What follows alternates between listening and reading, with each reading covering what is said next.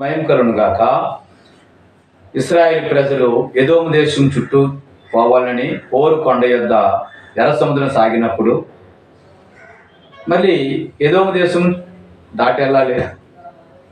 ఎదోము దేశం దాటి వెళ్ళాలి. కనాను దేశంలో ఆరాధనలు జయించారు. ఆ పట్టణం గుండా వెళ్ళి ఎదోము దేశం వచ్చింది. ఎదోము దేశం చుట్టూ పోయి హోరు కొండ యొద్ద నుండి ఎర్ర సముద్ర మార్గంగా మళ్ళా సముద్ర మార్గంకి వచ్చినప్పుడు ఈ మార్గ ఆయాసం చేత జనుల ప్రాణము సొమ్మసిల్లును. అప్పుడు వెంటనే ప్రజలు దేవునికి మోషేకు విరోధంగా మాట్లాడి, ఏమయ్యా, ఐగుప్తులో మమ్మల్ని ఎందుకు రప్పించావు? అక్కడ నీళ్లు లేవా? ఇక్కడ నీళ్లు లేవు, చవి పాలు లేవు, చవి సారం లేని అన్నపానం మాకు అసహ్యమైనది. చూడండి ఎన్నిసార్లు అంటే ఇలా అడగడము, దేవుడు ఇవ్వడము, దేవుడు కోపం పడడము. కనీసం టైం 12 కూడా అవ్వకుండా భోజనం అడుగుతున్నారండి వీళ్ళు.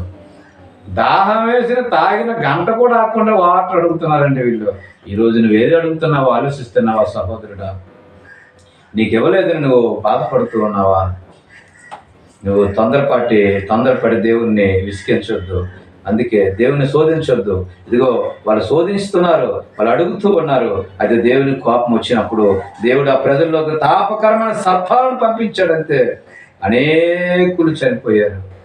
తాపకరమైనటువంటి భయంకరమైన సర్పాలు పంపించినప్పుడు అనేకమైన ప్రజలు చనిపోతూ ఉండగా మళ్ళా మోషే దగ్గరకు వచ్చి, మోసే మేము పొరపాటు చేస్తాం, తప్పైంది క్షమించని వేడుకని ప్రజలు దేవుని వేడుకో అనేసరికి వేడుకుంటే దేవుడు అంటున్నాడు, ఒక ఇత్తడి సర్పాన్ని చేసి ఆ ప్రతిమను స్తంభం మీద వచ్చి పెట్టుము, దాన్ని చూసిన వాళ్ళందరూ కూడా బ్రతుకుతారు అన్నాడు.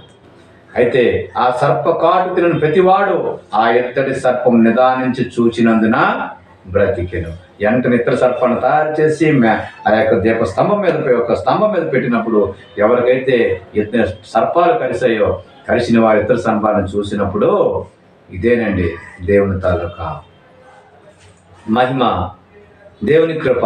ఈరోజు చూడండి, ఇత్తడి సర్పము ఈరోజు భారతదేశంలో కాదు, యావత్ ప్రపంచంలో ప్రతి డాక్టర్ గారికి కూడా వాళ్ళకి ఒక సింబల్ ఇత్తడి సర్పమే ఉంటుందండి. వాళ్ళ లోగో ఇత్తడి సర్పము. అదే ఇత్తడి సర్పము. ఎందుకంటే అందరూ కూడా బాగుపడ్డారు, దాన్ని చూసిన వాళ్ళు బాగుపడ్డారు. ఎందుకంటే దాన్ని చూసినప్పుడు ఆ మోషే ఇత్తడి సర్పం చేసినప్పుడు ఆ ఇత్తడి సర్పంలోనే యేసు ప్రభు వారు కనబడుతూ ఉన్నారు.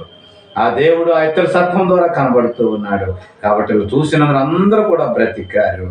ఈ రోజు నువ్వు అయితే ఆ రోజు ఇత్తడి సర్పాన్ని చూసి బ్రతికిన మనుషులు ఈ రోజు ఆ కల్వరి శిలువలో ఎలాడుతున్నటువంటి ఆ యేసు వైపుని చూడు. నువ్వు నీ సమస్య నుంచి విడుదల, నీ బాధల నుంచి విడుదల, నీ యొక్క క్రోధం నుంచి విడుదల, నీకు సమస్త సంఖ్యల నుంచి విడుదల కలుగును. నువ్వు దేని వైపు చూస్తావంటే ఆ యొక్క కల్వరి శిలువలో ఎలా ఆడుతున్నటువంటి నజరేయుడైన యేసు ప్రభువుని చూడు. నలిగి వేసారిపోయినటువంటి రక్తసిక్తమైనటువంటి శరీరాన్ని చూడు. ఆయన ముఖమును చూడు. మళ్ళా పునరుత్థానుడైన యేసుక్రీస్తు వారిని చూడు. నువ్వు బ్రతకాలంటే ఆయన వైపు రావాలి. ఈ లోకంలో పాపముల చేతను అపరాధముల చేతను నువ్వు చచ్చిన వారివై ఉన్నావు. ఇదిగో నీవు ఆయన వైపు చూసినప్పుడు నీకు జీవం కలుగుతూ బ్రతుకుతావు. దేవుని రాజ్యంలో నువ్వు చేరుతావు. కాబట్టి మీ అందరూ కూడా దేవుని మాటకి లోబడి ఆయన వైపు చూడాలని మిమ్మల్ని అందరూ దేవుని పేరట మనవి చేస్తూ దేవుడి వాక్యాన్ని దీవించి ఆశీర్వదించును గాక. ఆమేన్.